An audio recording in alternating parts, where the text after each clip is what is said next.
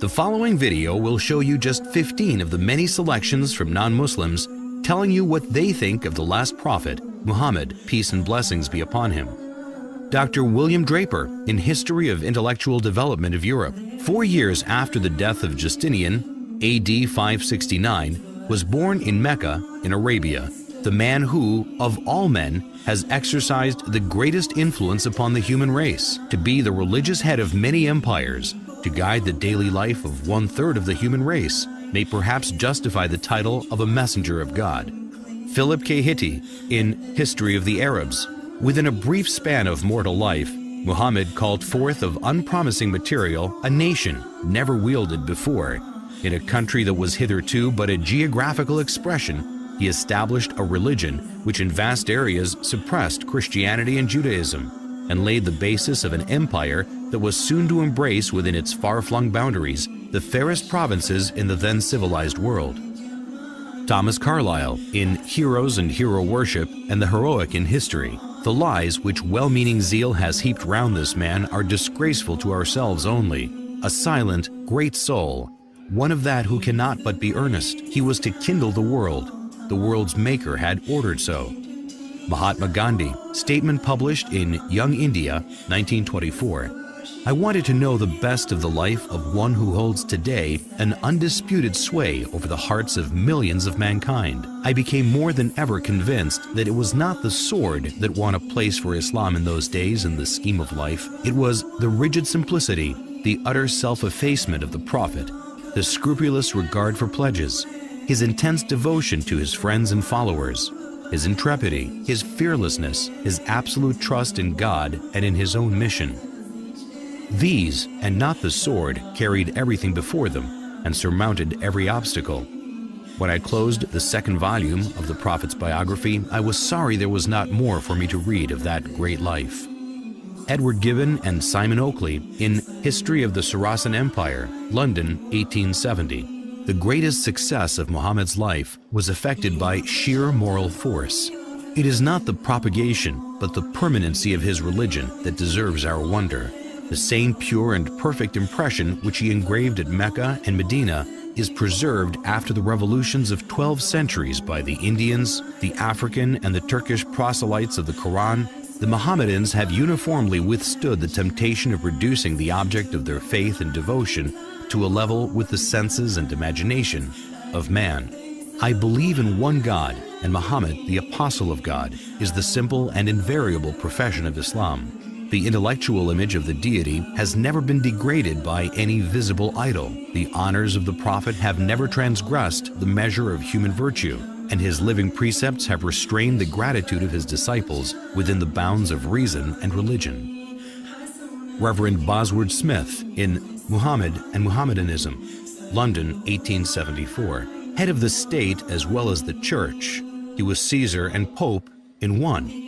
But he was Pope without the Pope's pretensions, and Caesar without the legions of Caesar, without a standing army, without a bodyguard, without a police force, without a fixed revenue. If ever a man ruled by a right divine, it was Muhammad, for he had all the powers without their supports. He cared not for the dressings of power. The simplicity of his private life was in keeping with his public life.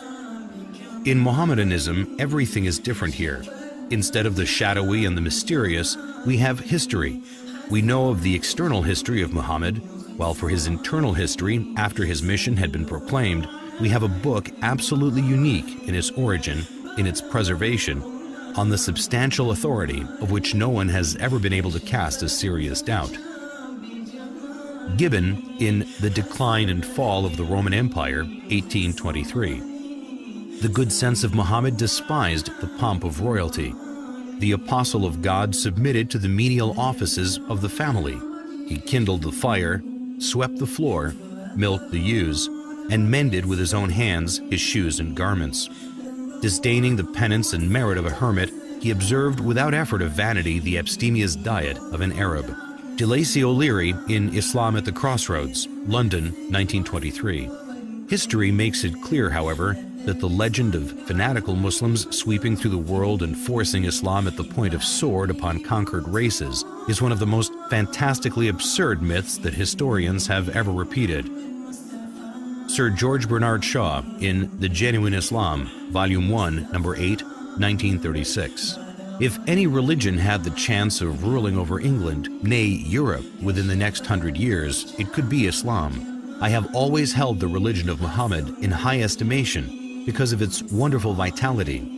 It is the only religion which appears to me to possess that assimilating capacity to the changing phase of existence which can make itself appeal to every age. I have studied him, the wonderful man, and in my opinion, far from being an antichrist, he must be called the savior of humanity. I believe that if a man like him were to assume the dictatorship of the modern world, he would succeed in solving its problems in a way that would bring it the much-needed peace and happiness. I have prophesied about the faith of Muhammad that it would be acceptable to the Europe of tomorrow as it is beginning to be acceptable to the Europe of today.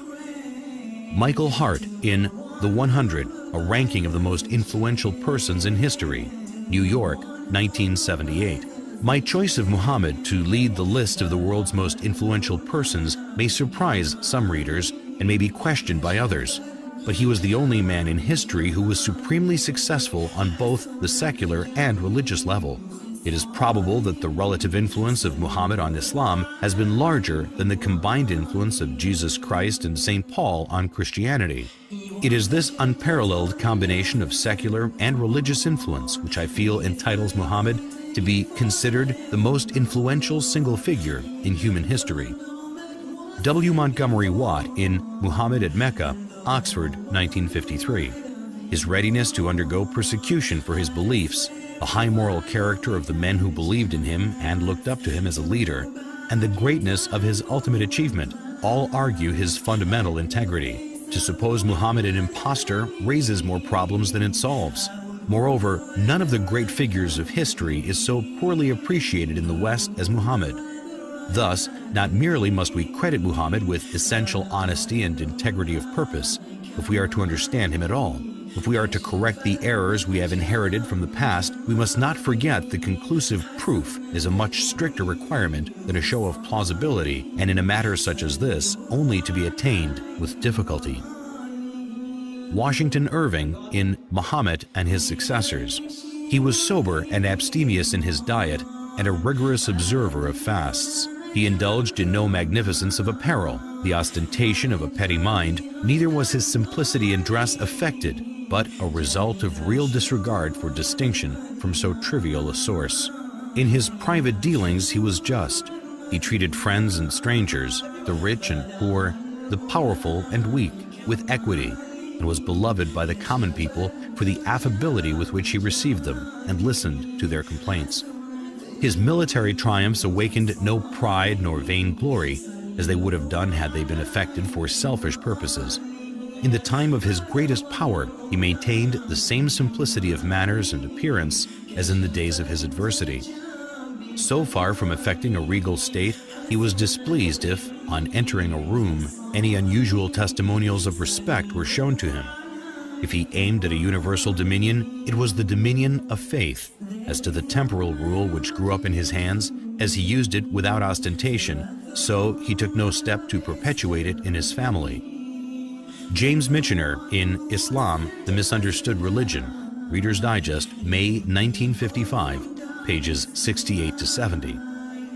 No other religion in history spread so rapidly as Islam. The West has widely believed that this surge of religion was made possible by the sword, but no modern scholar accepts this idea, and the Quran is explicit in the support of the freedom of conscience.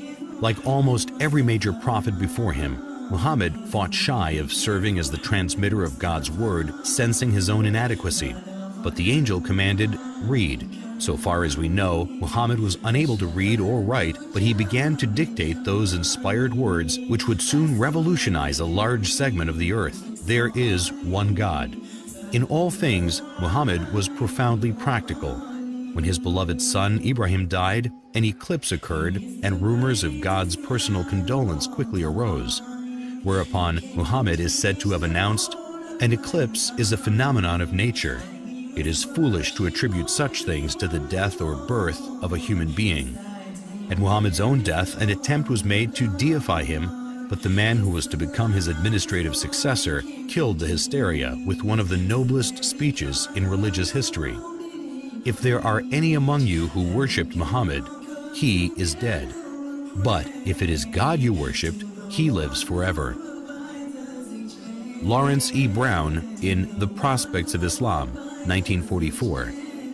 Incidentally, these well-established facts dispose of the idea, so widely fostered in Christian writings, that the Muslims, wherever they went, forced people to accept Islam at the point of the sword.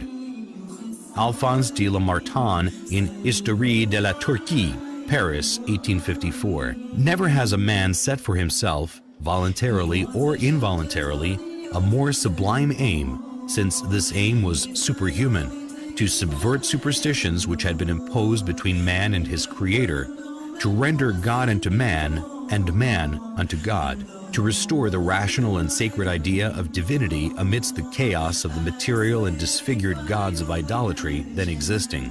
Never has a man undertaken a work so far beyond human power with so feeble means, for he, Muhammad, had in the conception, as well as in the execution of such a great design, no other instrument than himself, and no other aid except a handful of men living in a corner of the desert.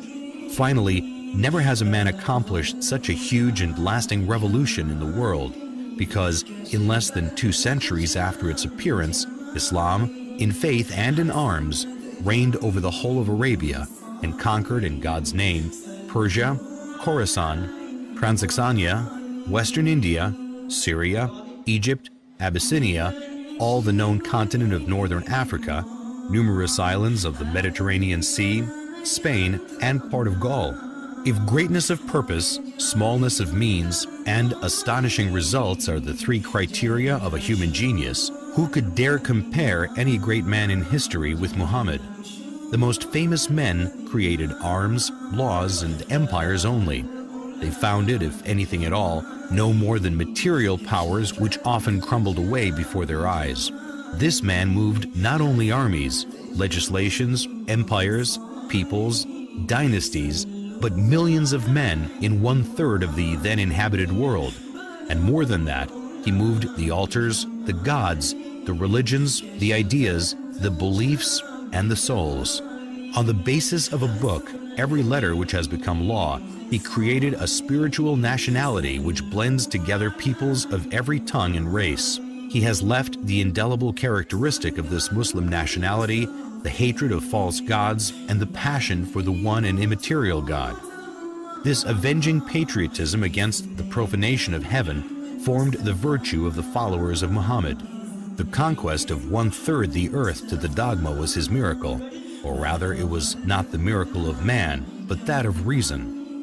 The idea of the unity of God, proclaimed amidst the exhaustion of the fabulous Theogonies, was in itself such a miracle that upon its utterance from his lips, it destroyed all the ancient temples of idols and set on fire 1/3 of the world.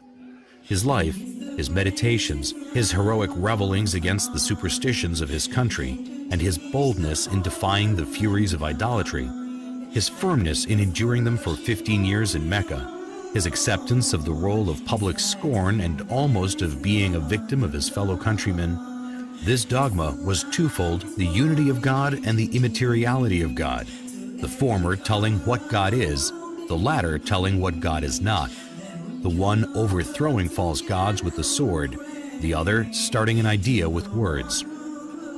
Philosopher, orator, apostle, legislator, conqueror of ideas, restorer of rational beliefs, the founder of 20 terrestrial empires and of 1 spiritual empire. That is Muhammad.